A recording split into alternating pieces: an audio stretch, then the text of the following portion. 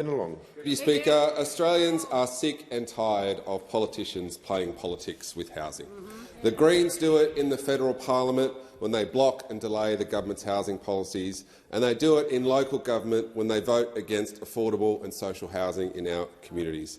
And unsurprisingly, the Liberals are here today doing it too. Get this, Deputy Speaker, the Liberals in my electorate, with a full majority on the local council, oppose their own council's plan to address the housing crisis, whilst also opposing the state government's plan too. Their choice is no plan. And with this MPI here today, the federal Liberals are playing politics as well, choosing to blame this government and despicably choosing to blame migration for the housing crisis that we're in.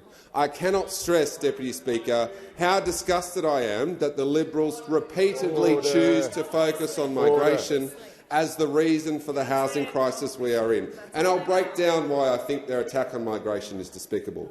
Firstly, the housing crisis existed before the last federal election.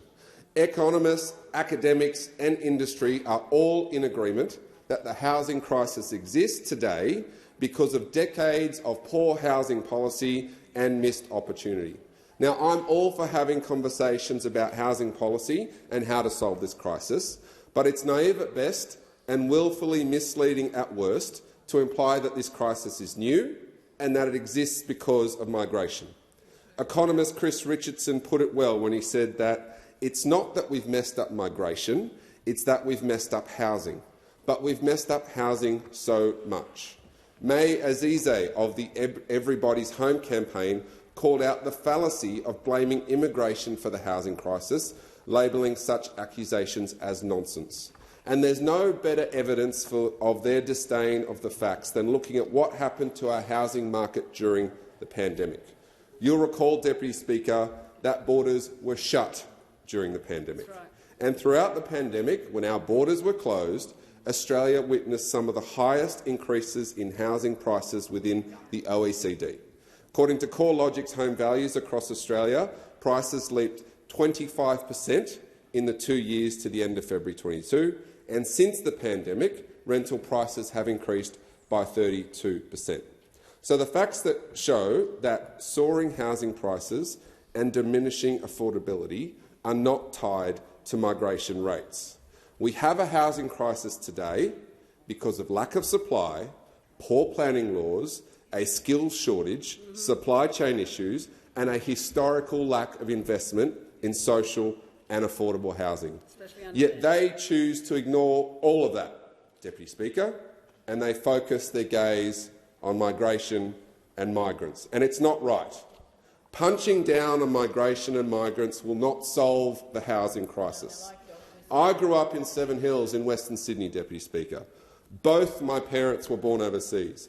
Both my parents didn't speak English when they came here. Both my parents came to Australia for a better life. Both my parents worked hard, employed people, paid taxes and made our country better. And nearly all of their friends and all of my friends have near identical stories. And in my entire life, 40 years spent here on this land, Deputy Speaker, I've not yet met a migrant family that hasn't made our country better.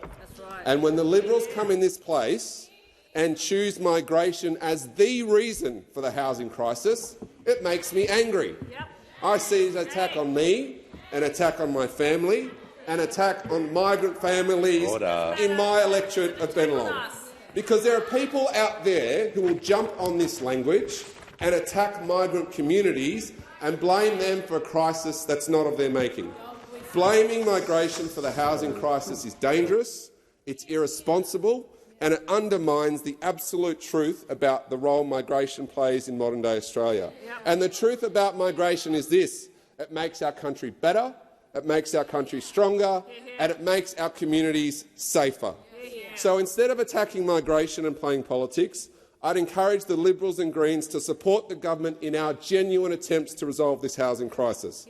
Pass our Help to Buy legislation, which is stuck in the Senate. Stop voting against our policies like you did with the Housing Australia Future Fund. And tell those in your party to work with the states and local governments who are seeking to address supply. To the Liberals and the Greens, stop playing politics with housing and work with us to make this the parliament that takes meaningful action on the housing crisis.